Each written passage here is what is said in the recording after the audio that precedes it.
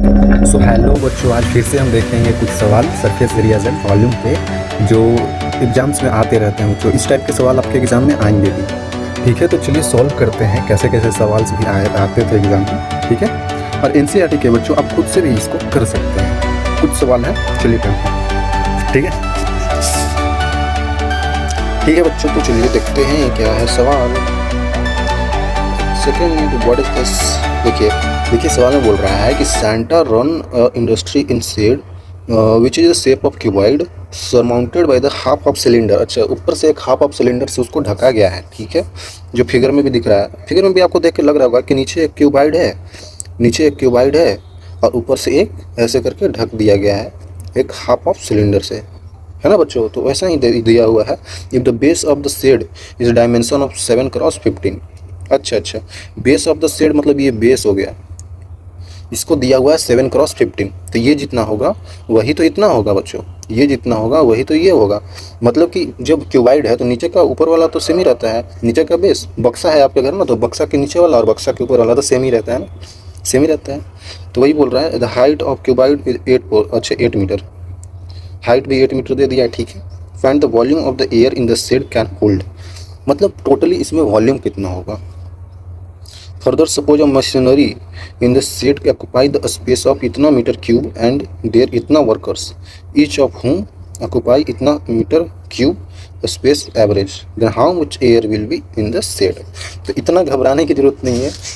पूछा जा रहा है कि इसका वॉल्यूम पहले निकालना है, क्योंकि वॉल्यूम देखिए यहाँ पे find the volume of the air. देखिए find the volume of the air in the shed can hold. तो सबसे पहले आपको करना क्या है, वॉल्यूम निकालना होगा, तब तो आगे पढ़ पाएंगे आगे क्या पूछा जा रहा है। ठीक है, वॉल्यूम निकालने के लिए क्या करें बच्चों, देखिए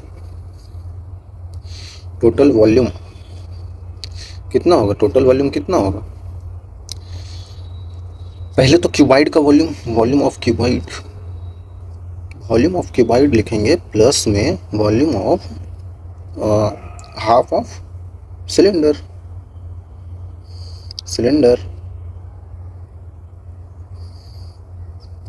हाफ ऑफ सिलेंडर वॉल्यूम और क्यूबाइड का वॉल्यूम, तो ये मेरा टोटल वॉल्यूम आ जाएगा। समझे बच्चों। तो कैसे लिख पाएंगे हम, चलिए देखते हैं। तो क्यूबाइड का वॉल्यूम लिखने के लिए मुझे क्या करना होगा, length into breadth into height. ठीक है बच्चों, okay, plus half of volume of cylinder. ठीक है, half of volume of cylinder, volume cylinder कितना होता है बच्चों, पाई आर स्क्वायर एच, यही तो होता है। ठीक है बच्चों, यहाँ तक अगर लिख लिया आपने तो एल क्या है यहाँ पे देखिए मैं आपको बता दूँ बच्चों कि ये एल हो जाएगा, ये बी हो जाएगा, क्योंकि यही तो नीचे आएगा ना। चलिए लिख देता हूँ, ये भी 7 सेंटीमीटर हो जाएगा और ये 15 सेंटीमीटर। तो ये लेंथ हो गया, ये ब्रेथ हो गया, ये हाइट हो गया। तो लेंथ 15 गुने 7, अच्छा मीटर में है बच्चों, इसमें मीटर में है, into 7 into 8 plus half of pi are square h, half of pi 22/7 square. R square कितना हो जाएगा बच्चों, आर कितना है, तो अगर ये अगर इतनी बड़ी है ना, ये 7 है, तो इसका आधा ही तो रेडियस हो जाएगा, मतलब कि 3/3.5। समझे बच्चों, इस 7 है तो इसका आधा ही तो हो जाएगा ना, तभी तो ये रेडियस बन पाएगा। देखिए आप समझ सकते हैं बच्चों, सिलेंडर है ये पूरा 7 है, ये डायमीटर हो गया, यहाँ से यहाँ तक पूरा 7 है तो ये डायमीटर हो गया। लेकिन अगर इसको मैं आधा कर दूँ तो ये 3.5 हमारा आ जाएगा रेडियस। तो वही रेडियस हो जाएगा 3.5, मतलब 7/2 का आर स्क्वायर है। ठीक है, इंटू एच, हाइट कितना है बच्चों, हाइट फिर यही वाला हो जाएगा ना, ये वाली हाइट हो जाएगी, ये हाइट हो जाएगी। कितना बड़ा है तो 15 लिख देते हैं। ओके बच्चों, बहुत आसान हो गया। इसको गुना करने के बाद कितना आएगा बच्चों, आई थिंक 8×40 की जगह हासिल 4, 8 4 12 120 इंटू 7 प्लस 11/7 गुने 49/4 इंटू 15, 7 बारी 84 7 into 11 into 15 divided by 4। I think ये आप कैलकुलेट कर सकते हैं, इतना क्या आएगा, मीटर क्यूब आएगा। ठीक है, इतना मीटर क्यूब आएगा।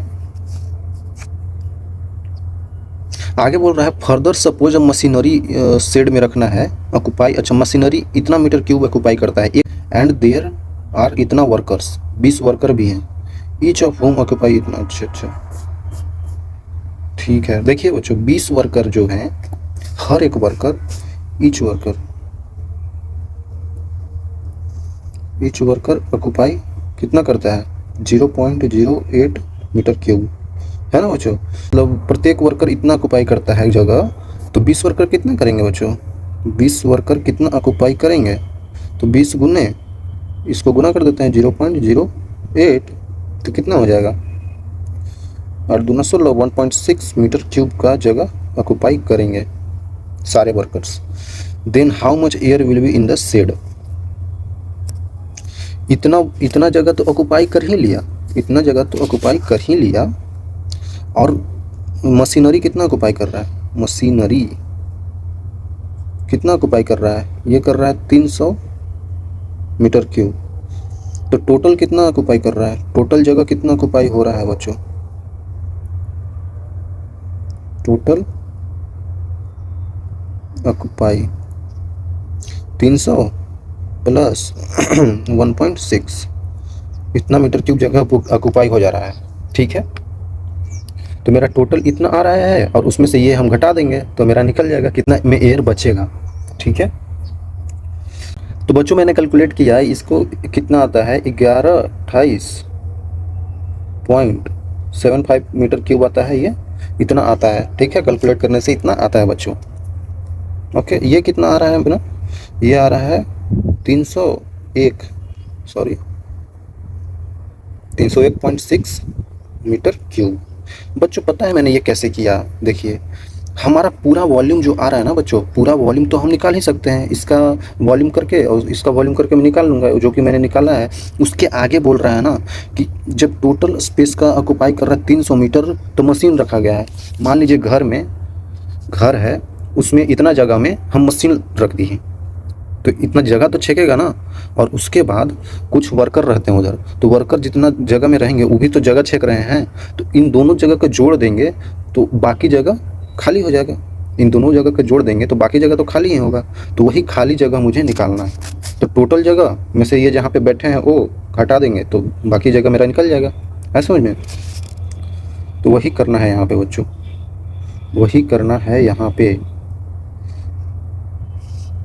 तो air, how much air in the shed, air in shed हो जाएगा, एयर इन शेड क्या हो जाएगा बच्चों, वो हो जाएगा 1128.75 में से घटा देंगे 301.6, तो इतना ही जितना भी आएगा ये मीटर क्यूब, यही एयर बचेगा।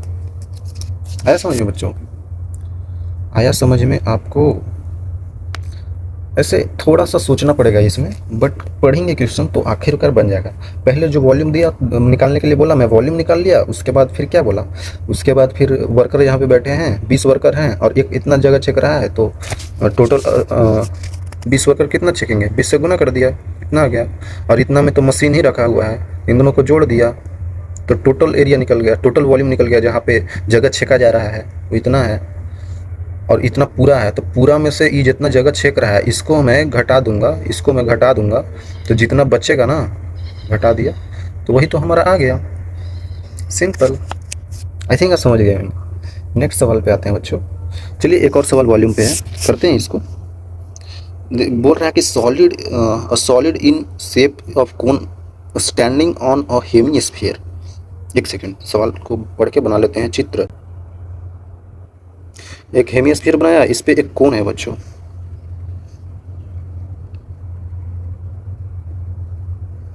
चलिए यहाँ तक तो मैंने बना ही दिया।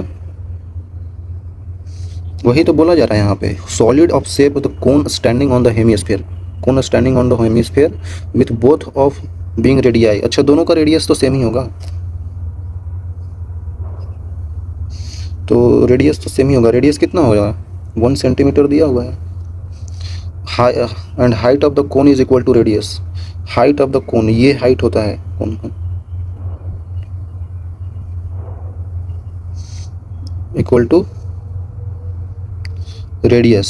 अच्छा ये रेडियस है, तो हाइट ऑफ कोन रेडियस के बराबर है। ठीक है, ये स्मॉल आर या कैपिटल आर भी लिख सकते हैं, जो वही है। Find the volume of the solid in terms of pi. अच्छा ये पूरा का वॉल्यूम बताना है, तो टोटल वॉल्यूम क्या हो जाएगा? टोटल वॉल्यूम क्या होगा बच्चों? तो volume of half of a sphere, ये तो लिख सकते हैं,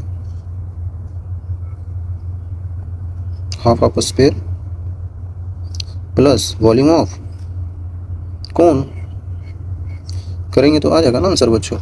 हाफ ऑफ अ स्फीयर का कितना होता है वॉल्यूम? देखिए पूरा का तो होता है 4/3 पाई आर क्यूब, लेकिन इसका क्या हो जाएगा 2/3 पाई आर क्यूब। ये फार्मूला बता रखा हूँ बच्चों मैं आपको, ठीक है। तो अब वॉल्यूम ऑफ कोन क्या होता है? 1/3 पाई आर स्क्वायर एच होता है, ये तो होता है। तो अब कैलकुलेट कर लेते हैं। पाई आर स्क्वायर कॉमन है, 1/3 पाई आर स्क्वायर कॉमन है, तो बचा क्या?